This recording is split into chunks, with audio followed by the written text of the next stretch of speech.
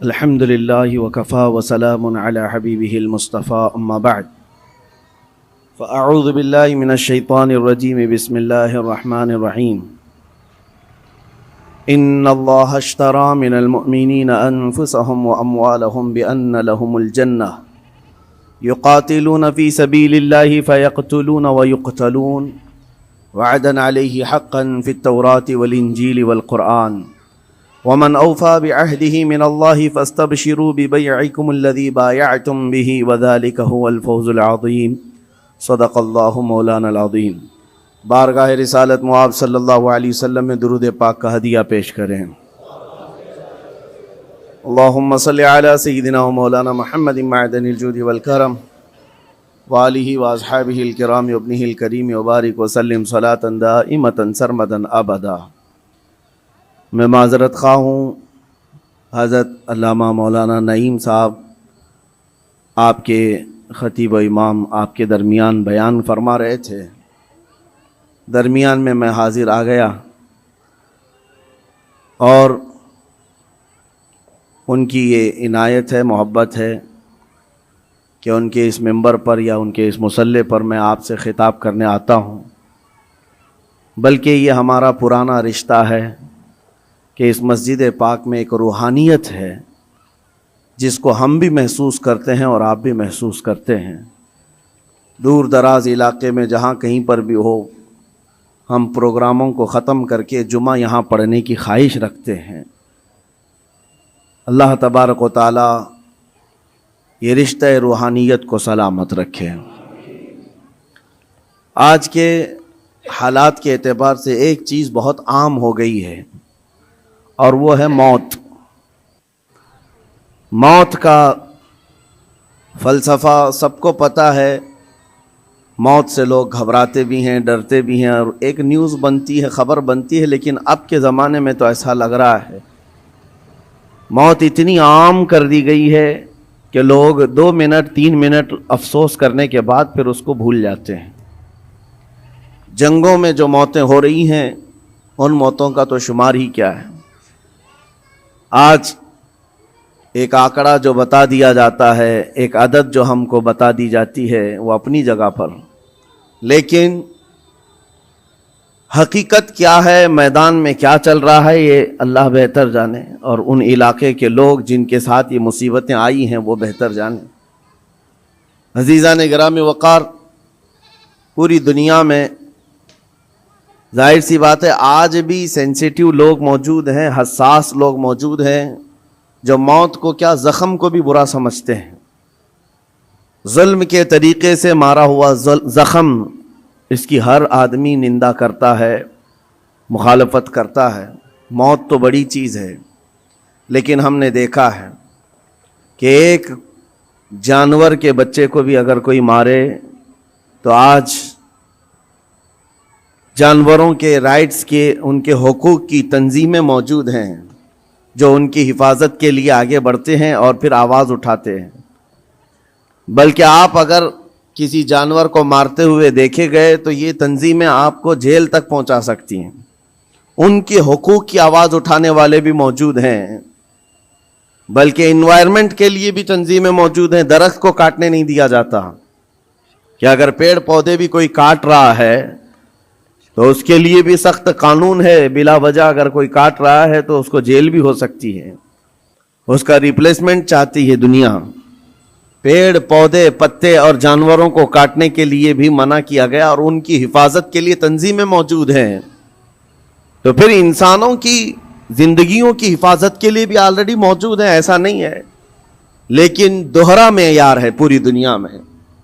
عام انسان جس کا تعلق اسلام سے نہیں ہے وہ مرے تو پوری دنیا چیخ اٹھتی ہے، اس کے موت کے لیے آواز اٹھاتی ہے، اس کے انصاف کی بات کرتی ہے۔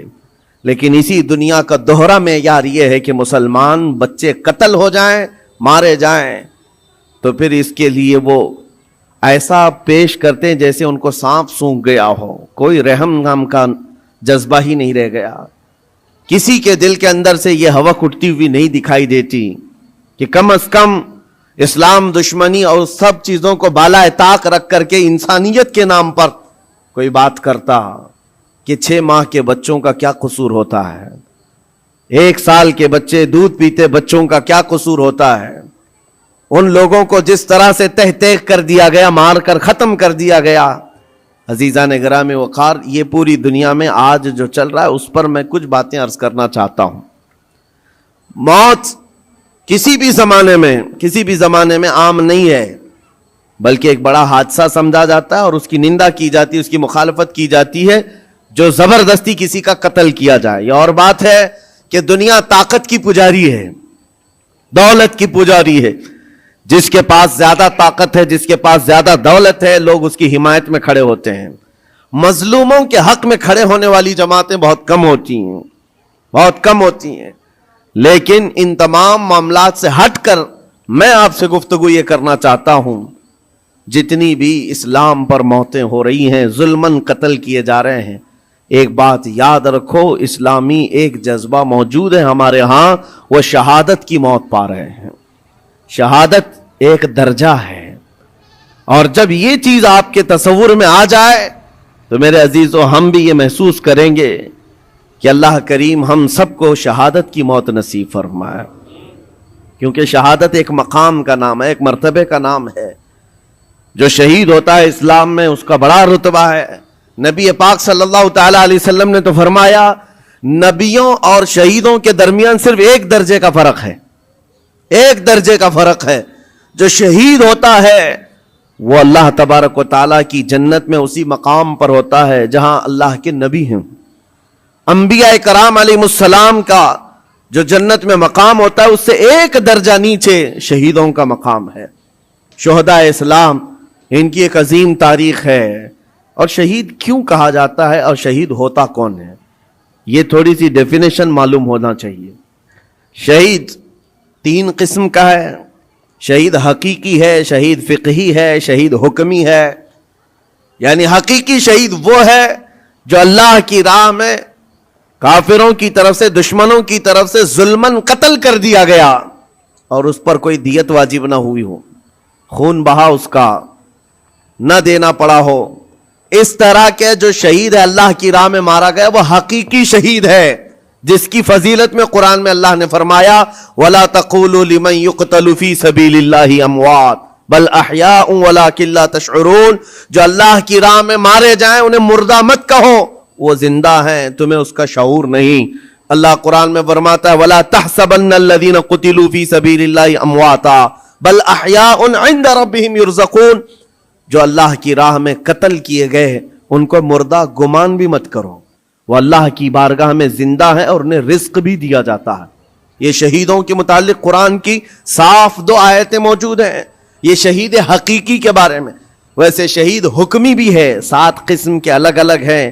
جیسے نبی کریم صلی اللہ تعالی علیہ وسلم نے فرمایا، دیوار کے نیچے دب کر کے کوئی مر گیا، آگ میں جل کر کے کوئی مر گیا، پانی میں ڈوب کر کوئی مر گیا۔ خودکشی کی بات نہیں، حادثے سے، خود جلا کر کے مرا ہے، خود پانی میں کود کے مرا ہے، اس کے لیے نہیں، حادثے سے آگ میں جل کر مر گیا، یا پھر پانی میں غرق ہو گیا، یا پھر کسی بڑے حادثے میں، یا نیمونیا کی بیماری جس کو ذات الجنب کہا جاتا ہے، اس میں اگر کسی کا انتقال ہو گیا، یا پیٹ کے درد میں کوئی انتقال کر گیا، یا وہ عورت جو بچہ ہونے کے وقت انتقال کر گئی، ان سب کو شہید کا درجہ دیا جا رہا ہے۔ یہ شہید حکمی ہے، یعنی حقیقی شہید کا مقام ایک الگ ہے، لیکن ان کو حکمن شہید کہا جاتا ہے اسلامی اعتبار سے۔ لیکن جو حقیقی شہید ہے اس کے لیے میں اس لیے آج اس موضوع کو چھیڑ رہا ہوں کہ دیکھ دیکھ کر کے ہم تھک چکے، چھوٹے سے بچوں کے زخم ہماری نیند خراب کر دیتے ہیں، ان کی چیخیں ہمارے چین کو اڑا دیتی ہیں۔ کیا آپ کے سامنے روز مرہ ماؤں کے بچوں کو ہاتھ میں اٹھائے ہوئی تصویریں نہیں آتی؟ اخباروں کی زینت نہیں بنتی آج؟ وہ ان چھوٹے بچوں کو کبھی ملبے میں اپنے عزیزوں کو ڈھونڈتے ہوئے ہم دیکھتے ہیں، دل باہر نکل آتا ہے، کلیجہ منہ کو آتا ہے۔ جس کا گھر تباہ کر دیا گیا، توڑ پھوڑ کر دیا گیا ہے، وہ ننھی ننھی انگلیوں سے ملبہ ہٹا کر کے اپنے عزیزوں کی لاشیں ڈھونڈ رہے ہیں۔ میرے عزیزوں، یہ بڑے دل جگرے کی بات ہوتی ہے۔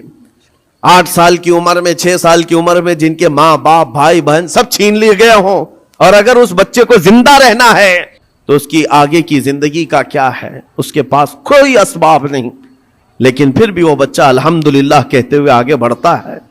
یہ حالات دیکھ کر کے اور پھر میرا جسم اس وقت رونگٹے کھڑے کر دیا، اور اس وقت ہمارے جسم میں کپ کپی طاری ہوئی جب ہم نے لاشوں کی انبار کو دیکھا، اور بڑے بڑے جوانوں کے نہیں، چھوٹے چھوٹے بچوں کی لاشیں لائن سے لگائی گئی ہیں، تقریباً 50 یا 60 بچے، اور مائیں اس میں اپنا بچہ ڈھونڈنے کے لیے چادر ہٹا ہٹا کر کے دیکھ رہی ہوں۔ ایسے لگتا ہے جیسے ہم اسکول بھیجتے ہیں اپنے بچوں کو اور بھیڑ میں اپنے بچوں کو تلاش کر رہے ہوتے ہیں، اور وہ میتوں میں اپنے بچوں کو ڈھونڈ رہی ہیں، ہاتھ میں دستی یا رومال لیے ہوئے۔ جب اپنا بچہ مل جائے، ماں اس کے بچے کا خون صاف کرتی ہے چہرے سے۔ وہ درد و کرب کیا ہوتا ہے ایک ماں سمجھ سکتی ہے، ایک باپ سمجھ سکتا ہے، جس کے گھر اولاد ہے وہ سمجھ سکتے ہیں۔ لیکن یہ درد جو بچوں کا دیکھا ہم نے، کسی کا ہاتھ کٹا، کسی کا پیٹ پھٹا، کسی کا سر پھٹا، لیکن ان تمام چیزوں کو دیکھ کر جب رونگٹے کھڑے ہوتے، پھر میں نے پڑھنا شروع کیا۔ اس بات پر آ کر کے پھر دل مطمئن ہوا۔ میرے نبی پاک صلی اللہ علیہ وسلم نے فرمایا، جو اللہ کی راہ میں شہید ہوتا ہے، تم کیا سمجھتے ہو اس کو درد بہت زیادہ دیا جاتا ہے؟ اس کو جب قتل کرتے ہیں ظالم اور کافر، اس کو جس طرح سے مارا جاتا ہے، ٹکڑوں میں بدل دیا جاتا ہے، تمہیں کیا لگتا ہے بہت تکلیفیں ہوتی ہیں؟ میرے آقا صلی اللہ علیہ وسلم فرماتے ہیں، شہید کو اتنی تکلیف بھی نہیں ہوتی جتنا تمہیں چونٹی کاٹنے سے ہوتی ہے۔ اس کو اتنا درد بھی نہیں دیا جاتا۔ وہ اللہ رب العزت کی بارگاہ میں مامون ہے، اسے دنیا کے درد سے آزاد کر دیا جاتا ہے۔ چونٹی کاٹنے پر جو تکلیف ہوتی ہے زندوں کو، میرے آقا فرماتے ہیں اتنی تکلیف بھی شہید کو نہیں دی جاتی اس کے مرنے کے وقت، اس کی موت کے وقت، کیونکہ وہ اللہ کریم کے وعدے پر اتر آیا ہے۔ میں نے قرآن کی آیت جو پڑھی سب سے پہلے، رب تعالیٰ فرماتا ہے ان اللہ اشترى من المؤمنین انفسهم واموالهم بان لهم الجنہ۔ اللہ تعالیٰ نے بندوں کے ساتھ ایک سودا فرمایا، ایک سودا کیا ہے۔ کیا ہے؟ رب فرماتا ہے اللہ نے مومنوں سے ان کی جان اور ان کے مال کے بدلے انہیں جنت بیچ دیا، یعنی خریدار ہیں یہ شہید، اللہ رب العزت کی جنت کے خریدار ہیں، لیکن بدلے میں قیمت انہوں نے کیا دی ہے؟ اپنی جان دی ہے۔ اللہ کریم کی بارگاہ میں اپنی جان پیش کر کے اس وعدے کو حاصل کیا ہے۔ یقیناً میرے عزیزو، رب تبارک و تعالیٰ کے وعدے کو حاصل کرنے والی یہ جماعت شہیدوں کی یہ عام لوگوں میں نہیں ہوتی، عام انسانوں میں نہیں ہے۔ یہ مقام کا اس کی عظمت جسے پتہ چل جائے، اس کے دل سے خوف خطر ختم ہو جائے۔ میرے آقا صلی اللہ تعالیٰ علیہ وسلم فرماتے ہیں جنت میں سب چلے جائیں گے، جو جنتی ہوں گے قیامت کے دن، جن ایمان والوں کو جنت میں جانے کی بشارت ہوگی وہ جنت میں جا چکے ہوں گے، اور کوئی جنتی مومن ہرگز یہ نہیں چاہے گا کہ جنت سے باہر نکل کر کے آئے، کوئی نہیں چاہے گا، مگر میرے آقا فرماتے ہیں صرف شہید ایک ایسا ہوگا، شہید صرف ایسا ہوگا جو اللہ کریم کی بارگاہ میں یہ عرض کرے گا، مولا پوچھے گا اے شہید تجھے اور کسی نعمت کی ضرورت ہے جنت میں؟ وہ کہے گا کہ مولا بس ایک ہی خواہش ہے، دنیا میں تو پھر بھیج، پھر تیرے نام پر قتل ہو کر کے آؤں، پھر تیرے نام پر مر کر کے آؤں، پھر مجھے دنیا میں بھیج، پھر تیرے نام پر مر کر کے آؤں، اس لیے کہ شہادت میں جو لطف ہے وہ مجھے یہاں نہیں ملتا۔ عزیزان گرامی، یہ صرف شہید کے بارے میں میرے آقا صلی اللہ علیہ وسلم نے فرمایا، اور یہ فضیلت بیان کر کے خود میرے آقا فرماتے ہیں، حضرت ابو ہریرہ رضی اللہ تعالیٰ عنہ سے روایت ہے، بخاری شریف کی حدیث ہے، فرماتے ہیں میرے آقا میری خواہش ہے کہ اللہ کی راہ میں میں قتل کیا جاؤں، پھر زندہ کیا جاؤں، پھر قتل کیا جاؤں، پھر زندہ کیا جاؤں، پھر قتل ہوں، پھر زندہ ہو جاؤں، اور اسی میں اللہ کی رضا حاصل کر لوں۔ یہ میرے آقا صلی اللہ علیہ وسلم فرماتے ہیں۔ عزیزان گرامی وقار، جو شہید ہو چکے اللہ کی بارگاہ میں ہیں، وہ نعمتوں میں ہیں، وہ زندے ہیں، بلکہ ہم سب سے بہتر ہیں، ان کے مقام کو پوری دنیا والے ابھی مل کر نہیں پہنچ سکتے۔ اللہ کریم نے ان کو جو شہادت کا انعام عطا کیا ہے، میں آپ کو بتاتا ہوں صحابہ کرام رضوان اللہ تعالیٰ علیہ مجمعین کی دو مثالیں، کیا جذبہ تھا ان کے اندر۔ جب میرے آقا صلی اللہ تعالیٰ علیہ وسلم احد کے میدان کی طرف روانہ ہو رہے تھے تو ایک صحابی عمرو بن جموح رضی اللہ تعالیٰ عنہ، جن کے 4 بیٹے حضور کے ساتھ جا رہے ہیں جنگ میں، 4 بیٹے جا رہے ہیں، کسی کا ایک بیٹا گھر سے نکلے بڑی بات ہے، 4 بیٹے جا رہے ہیں، اور نبی پاک صلی اللہ تعالیٰ علیہ وسلم صفیں درست فرما رہے ہیں، اور یہ صحابی حضرت عمرو بن جموح بوڑھے تھے اور لنگڑے بھی تھے، پیر میں عذر تھا۔ حضور پاک صلی اللہ تعالیٰ علیہ وسلم کی بارگاہ میں آئے، کہا یا رسول اللہ میری خواہش ہے میں بھی آپ کے ساتھ حاضر ہو جاؤں، بچے مجھے جانے نہیں دینا چاہتے ہیں، 4 بیٹوں نے زبردستی باپ کو گھر میں بٹھایا تھا، ابا آپ نہیں جائیں گے، ہم جائیں گے رسول اللہ کے ساتھ، اور باپ اس بات پر لڑائی کر رہے ہیں بیٹوں سے، نہیں میں بھی جاؤں گا۔ حضور پاک صلی اللہ تعالیٰ علیہ وسلم کے پاس آ کر ایسے درد بھرے انداز میں انہوں نے کہا تھا، میرے آقا صلی اللہ علیہ وسلم نے انکار نہیں فرمایا، کہا کہ ٹھیک ہے آپ بھی چلیں۔ پہلے حضور نے فرمایا آپ کے تو 4 بیٹے شریک ہیں، آپ کے 4 بیٹے شریک ہیں، آپ گھر میں رہ جائیں۔ حضور پاک صلی اللہ علیہ وسلم نے جب یہ فرمایا تو وہ کیا کہنے لگے، آواز نکال کر رونے لگے، کہا تف ہے میرے بڑھاپے کو، میرے بڑھاپے نے مجھے نبی سے دور کر دیا، جوان ہوتا میرے بیٹوں کی طرح تو میں بھی جاتا۔ حضور پاک نے فرمایا نہیں آپ بھی جا سکتے ہیں۔ لنگڑا پیر تھا، حضور نے فرمایا کیسے چلو گے، دقت ہوگی، تکلیف ہوگی۔ وہ صحابی کہتے ہیں یا رسول اللہ صلی اللہ علیہ وسلم میں یہ چاہتا ہوں جس طرح لنگڑ لنگڑ کر کے میں یہاں چلتا ہوں ایسی ہی لنگڑ لنگڑ کر کے جنت پہنچ جاؤں، کیا یہ ممکن ہے؟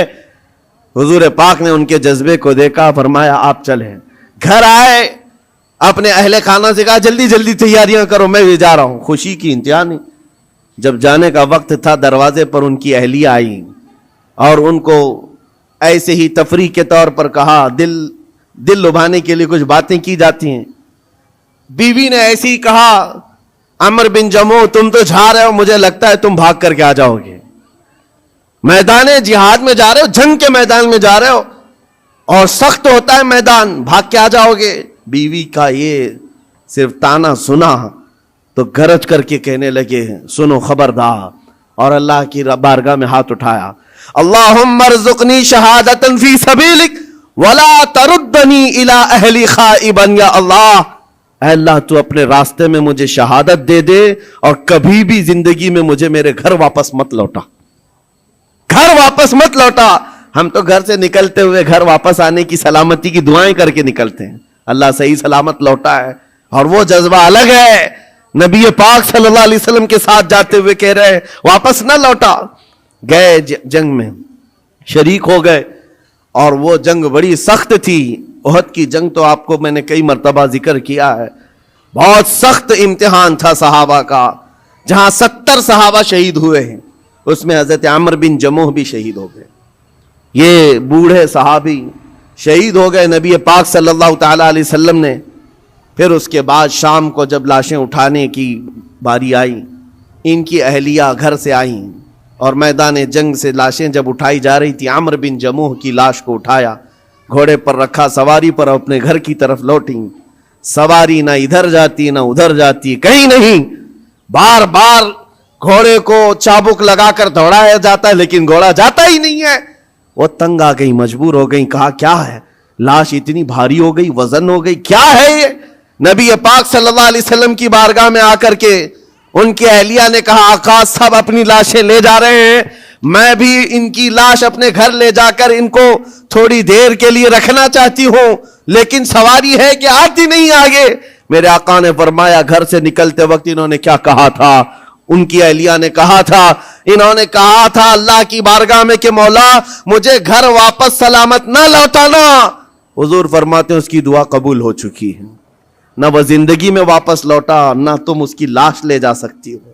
اسی میدان میں حضرت عمرو بن جموح کو دفن کر دیا گیا۔ یہ ان شہیدوں کی بات کر رہا ہوں جن کے موت کے بعد بھی ان کا تصرف جاری رہتا ہے، ان کا تصرف۔ حضرت خبیب ابن عدی رضی اللہ تعالیٰ عنہ مشرکین کی قید میں آ گئے تھے، یہ کفار مکہ نے ان کو قید کر لیا تھا اور لوہے کے پنجرے میں ڈال کر کے رکھا تھا، کئی دنوں تک بھوکا پیاسا رکھا، پنجرے میں رکھا، اور اس کے بعد کئی مرتبہ ان پر کوششیں کی گئیں کہ تم دین اسلام چھوڑ دو، تم نبی پاک کے خلاف بولو، لیکن وہ جوان مرد خبیب ابن عدی ایسے تھے، اپنے ایمان پر جمے ہوئے، استقامت کا جذبہ ایسا، ہر مصیبت کو گلے لگا لیا، یہاں تک کہ کفار و مشرکین نے ان کو پنجرے سے باہر نکالا، ان کے ناخنوں کو پکڑ سے کھینچا اور وہ کراہتے رہے، درد اپنی جگہ پر، اور اس کے بعد ان کے جسم کو جگہ جگہ تیروں سے چھلنی کیا، اور مقام تنعیم پر جو مکہ میں آج جہاں مسجد عائشہ ہے وہاں قریب میں آپ کو ایک سولی پر چڑھا دیا گیا، حضرت خبیب ابن عدی کو ایک کھمبے پر باندھ کر کے سولی دے دی گئی اور لاش کو لٹکا کر رکھا، اور ایسی لاش لٹکتی رہی۔ یہی خبیب ابن عدی ہے جن کو سولی پر چڑھنے سے پہلے کافروں نے پوچھا تھا کیا یہ اچھا ہوتا خبیب تمہاری جگہ محمد ہوتے اور تم آرام کر رہے ہوتے، تب انہوں نے گرج کر کہا تھا ظالموں خبردار، تم میری جگہ مصطفیٰ کی بات کرتے ہو، میرے جسم کے اور 1000 ٹکڑے ہو جائیں مجھے گوارا ہے، میرے نبی کے قدموں میں تلوے میں کانٹا بھی چبھے یہ مجھے برداشت نہیں۔ ان کا جذبہ تھا استقامت۔ جب سولی پر چڑھا دیا گیا تو ایک بات میں عرض کر رہا ہوں، شہیدوں کی زندگی کیا ہوتی ہے، مار دیے گئے، قتل کر دیے گئے، لیکن ان ظالموں نے سولی سے نیچے نہیں اتارا، پورے مکہ والوں کو تماشا دکھانے کے لیے رکھا، 1 دن 2 دن 4 دن 6 دن 8 دن 10 دن لاش ویسی کی ویسی لٹکتی رہی حضرت خبیب ابن عدی کی، یہاں تک کہ مہینہ گزر گیا لاش کو انہوں نے نہیں نکالا۔ حضور پاک صلی اللہ علیہ وسلم کو جب یہ خبر پہنچی کہ حضرت خبیب ابن عدی کو پنجرے میں قید کر کے ان ظالموں نے قتل کر دیا، سولی پر چڑھا دیا ہے، اور لاش کو ایسی ہی بے حرمتی کے ساتھ لٹکائے ہوئے ہیں کہ 2 لوگ تماشا دیکھتے رہے، 40واں دن گزرنے کو آ گیا تھا، حضور پاک صلی اللہ علیہ وسلم نے اپنے صحابہ سے فرمایا ہے کوئی میرے صحابہ میں سے جو خبیب ابن عدی کی لاش کو اتار کر کے مدینے لے آئے، ان کی لاش کو اتار کر کے عزت و احترام کا معاملہ کرے، جبکہ 40 گھڑ سوار دن رات پہرے داری کر رہے تھے اس لاش کے پاس، کفار مکہ مشرکین مکہ کے 40 لوگ اس لاش کے ارد گرد پہرا دے رہے تھے۔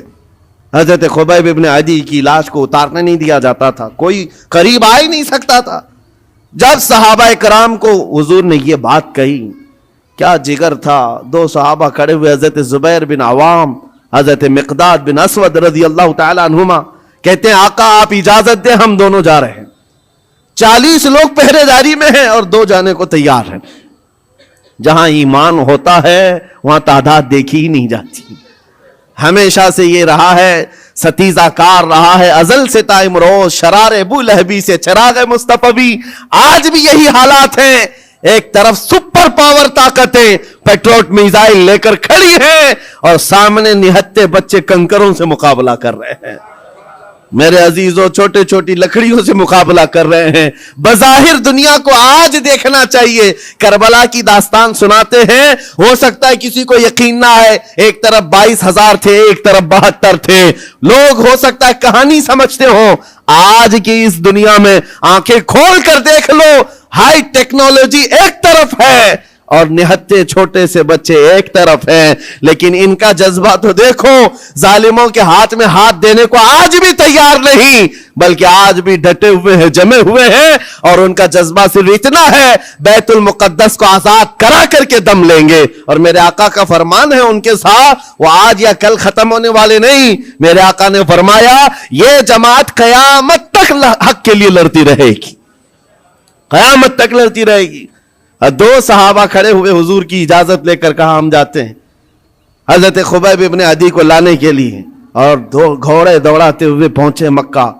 جب مکہ پہنچے جہاں سولی چڑھائی گئی تھی، 40 لوگ پہرے داری میں ہیں، ان کے بیچ میں سے جانا اور لانا عام بات نہیں تھی، لیکن جس وقت یہ پہنچے ایک بات یاد رکھو، قرآن میں رب تعالیٰ فرماتا ہے وَمَكَرُوا وَمَكَرَ اللَّهُ وَاللَّهُ خَيْرُ الْمَاكِرِينَ۔ کافر منصوبہ بناتے ہیں، کافر منصوبہ بناتے ہیں، اور اللہ خفیہ تدبیر کرتا ہے، اور اللہ کی خفیہ تدبیر غالب آتی ہے۔ جب مولا چاہے تو سارے پلاننگ فیل ہوتی ہیں، سارے ڈیفنس سسٹم ٹوٹ جاتے ہیں، چرمرا جاتے ہیں، ختم ہو جاتے ہیں۔ کبھی آپ طاقتوں کے غرور اور نشے کو دیکھ کر کے مروب مت ہونا، اے مومنو ہمیشہ ایک بات یاد رکھو، جب دنیا اپنے اوج پر پہنچے اس کے باوجود بھی اللہ ہمارے ساتھ ہے، اللہ کی طاقت بھی ہے۔ نمرود نے اپنے زمانے میں ایک کام کیا تھا، ٹاور بنایا تھا بہت بڑا، اور لاکھوں لوگوں کو جمع کیا تھا خدا سے لڑنے کے لیے، خدا سے لڑنے کے لیے، اور کہا تھا کہ میں خدا سے لڑ کر کے اس کو گرا دوں گا اور موت و حیات اپنے ہاتھ میں لے لوں گا، پوری دنیا کا نظام میں چلاؤں۔ اور اس وقت یہ اسرائیلی روایات میں آج بھی موجود ہے چیز، اللہ تبارک تعالیٰ نے اپنے فرشتوں میں سے ایک فرشتے کو بھیجا، کروڑوں اربوں فرشتے ہیں اللہ کے، ایک فرشتے کو بھیجا کہ جاؤ دیکھو دنیا میں کیا معاملہ ہے، میرا ایک بندہ مجھ سے لڑنے کے لیے تیاریاں کر رہا ہے۔ وہ فرشتہ زمین پر آیا، صرف اپنا پر ہلایا، سارا کا سارا دھنس گیا، سب زمین بوس ہو گئے، جتنی فوج تھی ہلاک ہو گئی، کیڑے پڑ گئے اور وہ بھی ختم۔ میرے عزیزو، رب تبارک و تعالیٰ کی طاقت و قوت کو کوئی پہنچ سکتا ہے؟ ایک فرشتے کو بھیجے، فرشتہ عذاب لا سکتا ہے؟ اللہ ہے، ابھی بھی ہے، حی و قیوم ہے، جو ہمیشہ رہنے والا ہے۔ میں جو بات عرض کر رہا تھا، دو صحابہ آئے، 40 لوگوں کے بیچ سے لاش نکالنی ہے، کیسے نکالیں گے؟ لیکن جانتے ہو اللہ تعالیٰ جب انتظامات فرماتا ہے تو راستے بھی کھولتا ہے۔ جس وقت یہ پہنچے وہ 40 کے 40 مست نیند میں سو رہے، سارے پہرے دار نیند میں ہیں۔ حضرت زبیر بن عوام، حضرت مقداد بن اسود دونوں گئے، جلدی سے یہ سولی پر چڑھے اور ان کی لاش کو نکالا۔ حضرت زبیر کہتے ہیں 42واں دن تھا، 40 یا 42 دن ہو چکے تھے، جس وقت ہم نے ان کو رسی سے کھولا، جگہ جگہ سے خون ٹپک رہا ہے اور خون سے کستوری کی خوشبو آ رہی۔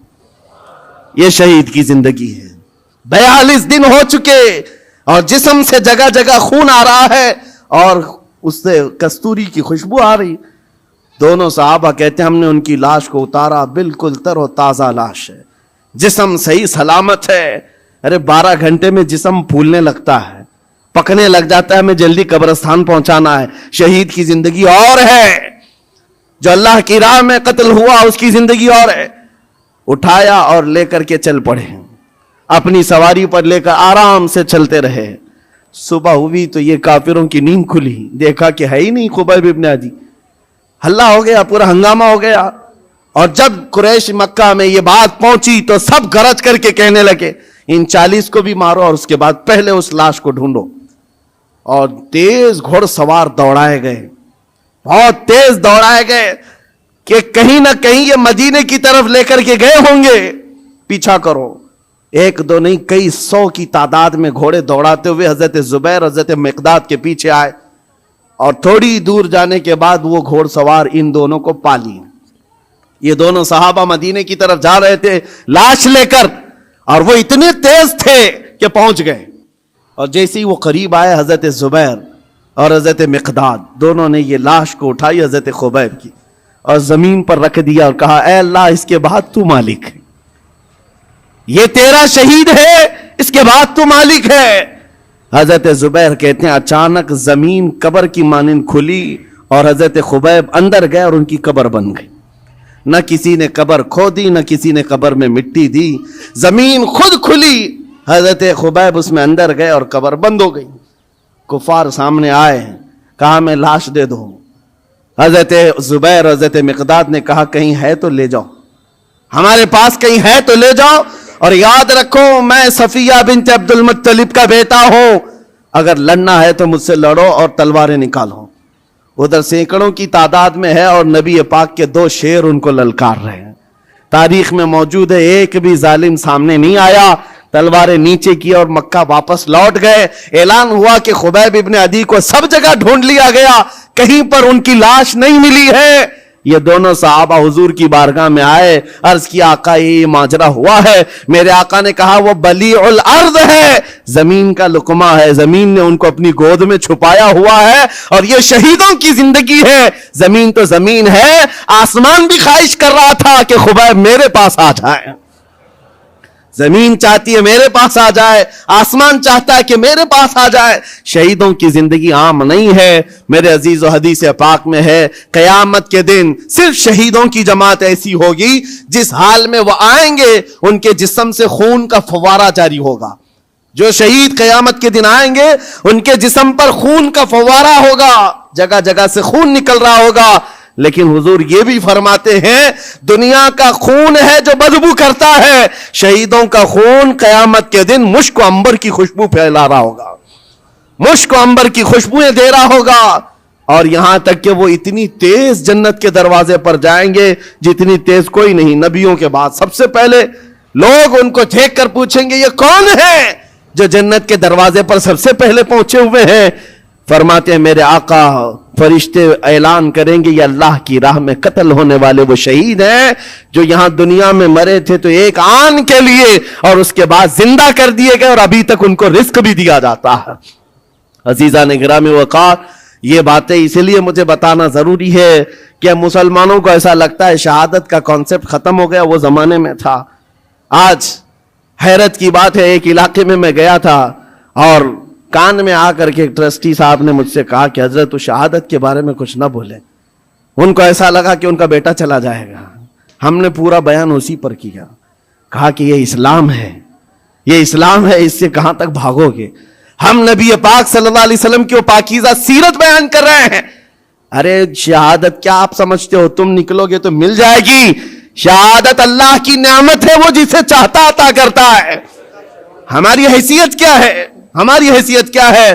کیا پتا کون سے ہاسپٹل کے بستر پر پاؤں رگڑ رگڑ کر کے مرو گے، کہاں جا کر مرو گے؟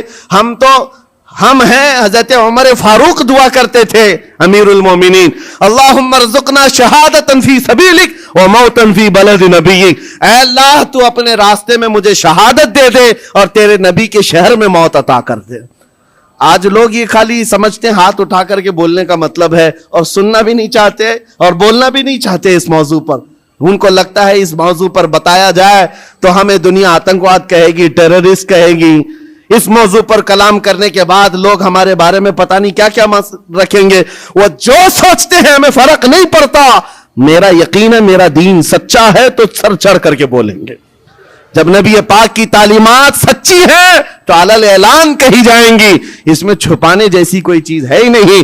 اسلام کوئی مجرم قوم کا نام نہیں، مسلمان کسی مجرم قوم کا نام نہیں ہے۔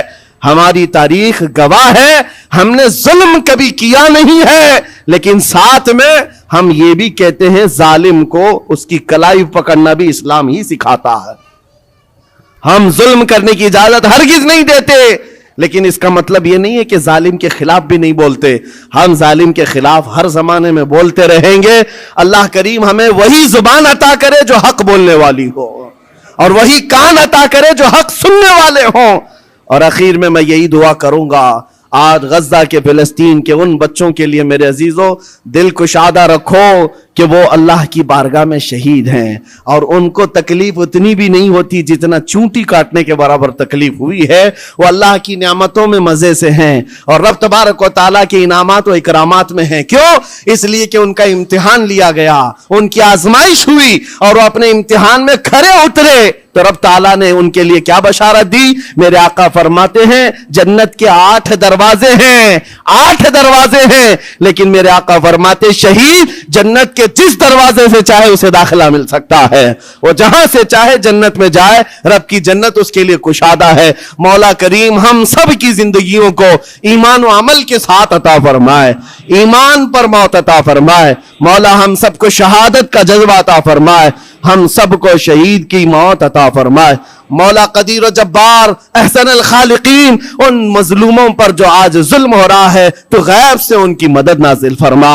اے اللہ ان کے دشمنوں کو خائب و خاسر فرما دے، ان کے دشمنوں پر زمین کو تنگ فرما دے، ان کے دشمنوں کو ذلیل و خوار کر دے۔ اے اللہ وہ جس طرح ایمان پر جمے ہوئے ہیں ان کے استقامت میں مزید طاقت عطا فرما۔ اے رب ذوالجلال ہم نے زندگیوں میں خوشیاں بہت دیکھی ہیں، ہماری خوشیاں ان بچوں میں تقسیم فرما دے، ان غریب مظلوموں میں ہماری خوشیاں بانٹ دے۔ اے اللہ ہماری دعاؤں کو حضور کے نالین کے صدقے قبول فرما۔ وصلی اللہ تعالی علی خیر خلق محمد وآلہ واصحابہ اجمعین وآخر دعوانا الحمد للہ۔